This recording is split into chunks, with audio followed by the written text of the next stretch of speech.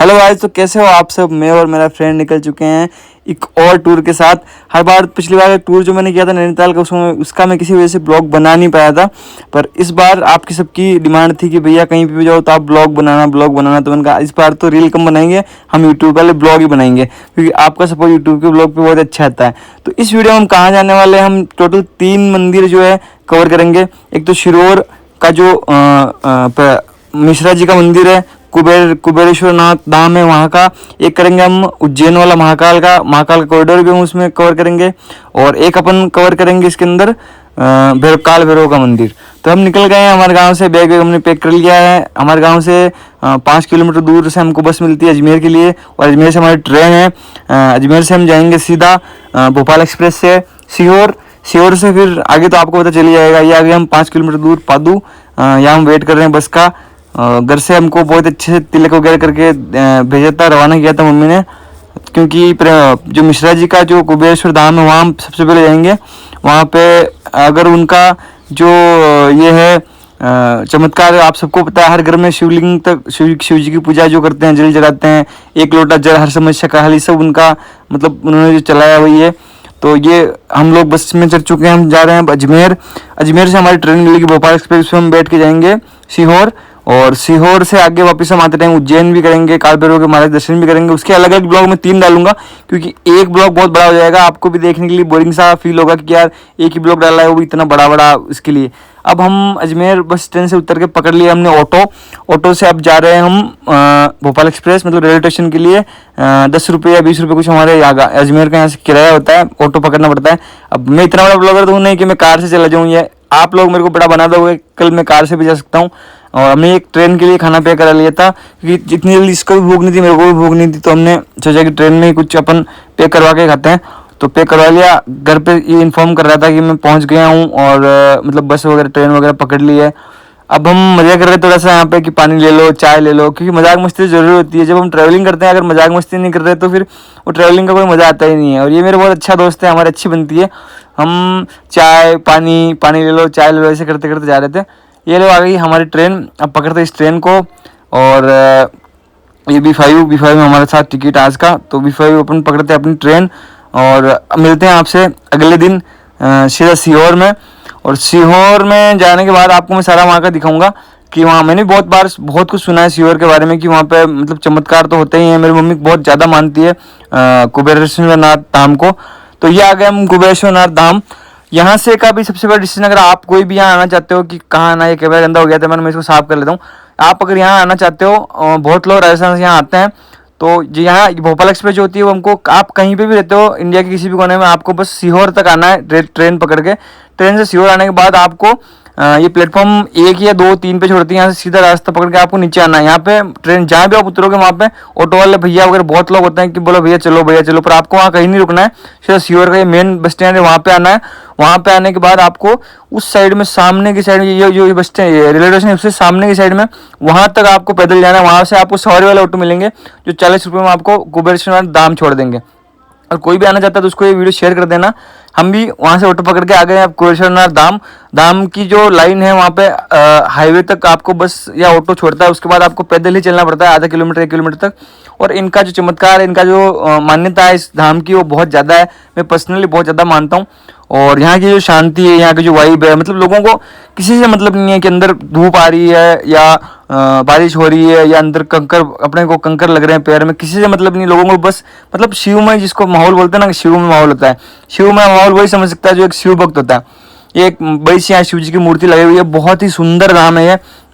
यहाँ भी हमने पूरी विधि विधान से पूजा की थी। यहाँ कंकर शंकर की भी पूजा होती है, और यहाँ से रुद्राक्ष भी मिलता है। बहुत कुछ जो प्रदीप जी मिश्रा की कथा सुनता है उनको पता है पर्सनली कि यहाँ पे क्या क्या होता है और क्या क्या वहाँ जाके हमको क्या क्या करना पड़ता है। मेरे को एक्चुअली पर्सनली ये सब मम्मी ने बताया था कि आप मतलब तू जाएगा तो तू यहाँ वहाँ जाके ये सारी चीज़ें करना।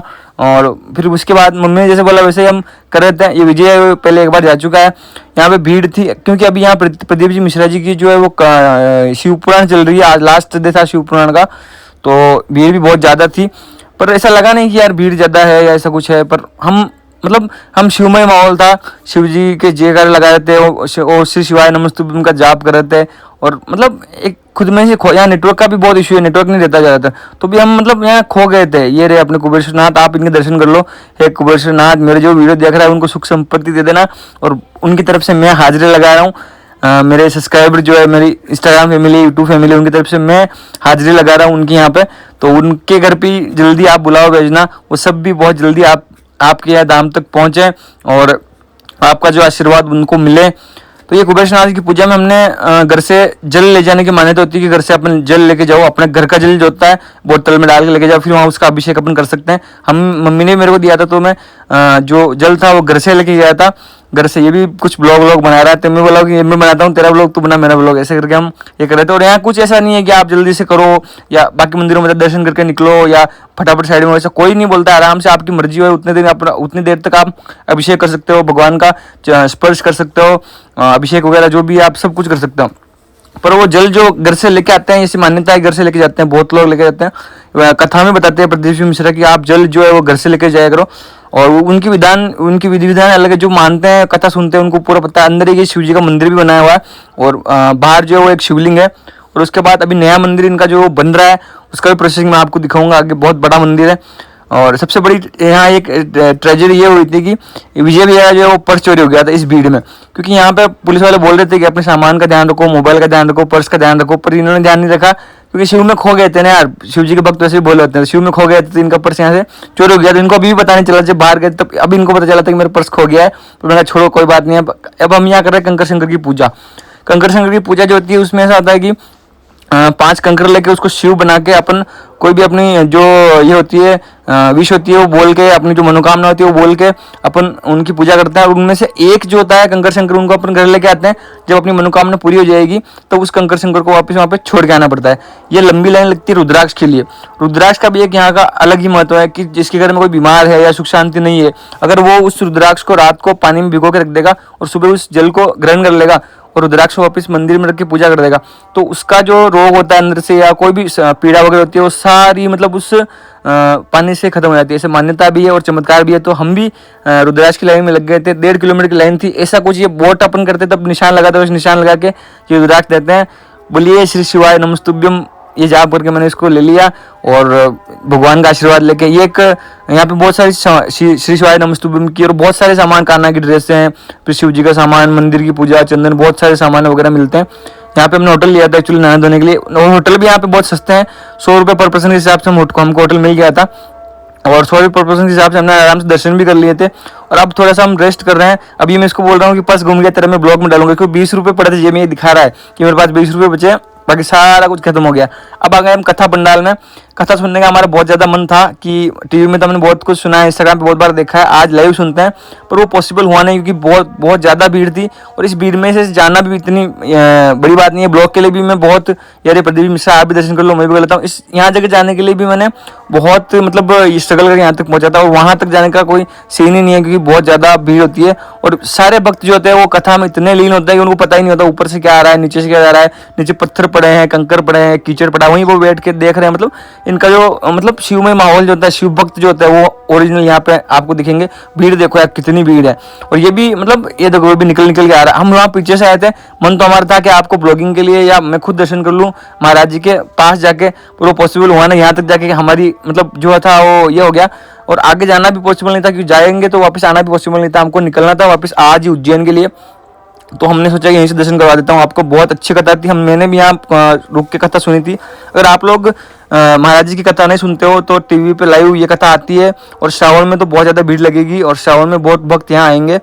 अगर मैं सच बता रहा हूँ, किसी को कोई दिक्कत है या प्रॉब्लम समस्या चल रही है, समाधान नहीं मिल रहा है, तो आपके घर की लेडीज जो है वो 100% मैं श्योर से बता सकता हूँ कि महाराज जी की कथा सुनती है और कुबेरनाथ जो है उनका जाप भी करते होंगे और उनको मानते भी होंगे। तो अब हमने यहाँ से दर्शन वगैरह सब कर लिया था, आराम से सब कुछ कर लिया था। अब डिसीजन ले लेते हमको कहाँ जाना है आगे आगे। तो अब हमने यहाँ से डिसाइड किया कि हम जाएंगे उज्जैन। और रात को कॉरिडोर बनाया उज्जैन का, उसके आराम से हम विजिट करेंगे, उसको घूमेंगे, उनके दर्शन करेंगे। और सुबह जाएंगे महाकाल मंदिर। ऐसे कुछ बातें करके चल रहे थे और वीडियो बहुत लंबा हो जाता है, इसलिए मैंने वीडियो इतना लंबा बनाया नहीं। तो मिलते हैं अगली वीडियो में उज्जैन कॉरिडोर में। तब तक के लिए